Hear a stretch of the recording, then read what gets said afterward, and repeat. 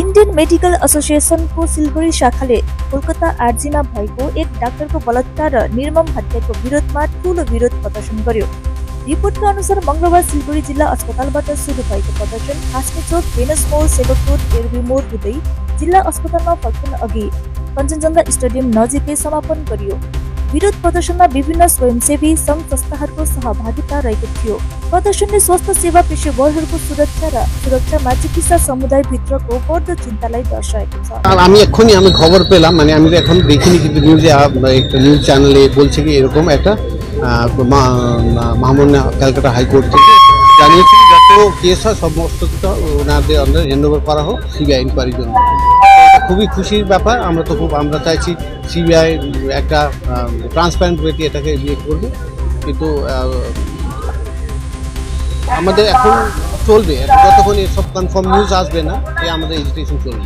একটা demand fulfil হলো, আর next হলো মানে শুনুন তো, এখানে মানে একটা লজ্জাজনক ব্যাপার হলে সিসিটিভি কেন ছিল না, ডক্টরদের রুম কেন নেই, বাথরুম কেন নেই, ওয়াশ বেসিন কেন নেই, এগুলো একটা ইনফ্রাস্ট্রাকচার হয়ে যাওয়ার পরে ঘটনাটাকে যদি আমরা সামনে বলে আমাদের সিসিটিভি কেন ছিল না, আমরা দেখে নেবো who is the responsible for that, আমাদের রুম কেন ছিল না ডাক্তারদের জন্য, অন ডিউটি ডক্টর কেন সেমিনার রুমে ঘুমোতে হয়, এই জিনিসটা জন্য কাকে নিয়োগ করা হয়েছিল, কাকে অ্যাপয়েন্টমেন্ট করা হয়েছিল, প্রিন্সিপাল বলো, এমএসভিপি বলো, যে হু এভার ইজ রেসপন্সিবল ওনাকে কল নিতে হবে।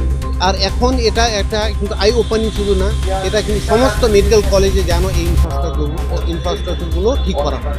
রাজ্যের বিরোধী দলনেতা তার দ্বারা যে পিআইএল করা হয়েছিল, পশ্চিমবঙ্গের মানুষের এই মুহূর্তে শেষ ভরসা স্থল হচ্ছে বিচারালয়।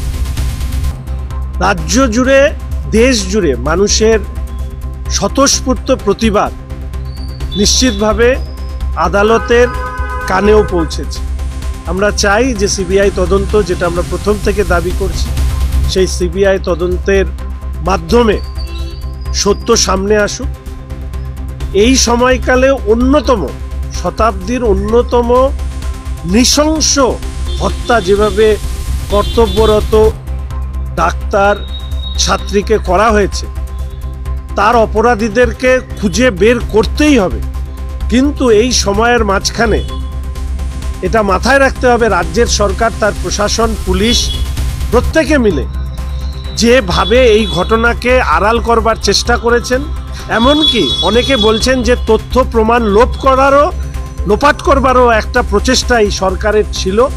ফলে স্বাভাবিকভাবেই যা তথ্য প্রমাণ রয়েছে তার মধ্যে দিয়ে শুধুমাত্র ওই একজন যাকে স্কেপগোট করার চেষ্টা করা হয়েছিল এই কেসে, তার বাইরেও প্রভাবশালী কোনো ব্যক্তির যাদের উপস্থিতি আছে বলে অনেকে মনে করছেন, তাদের গ্রেপ্তার হোক এবং ভবিষ্যতে এই ধরনের ঘটনা যাতে না ঘটে এমন শাস্তি এদেরকে দেওয়া হোক, যাতে কেউ এই ধরনের ঘটনা ঘটানোর আগে অন্তত 100 বার ভাববে।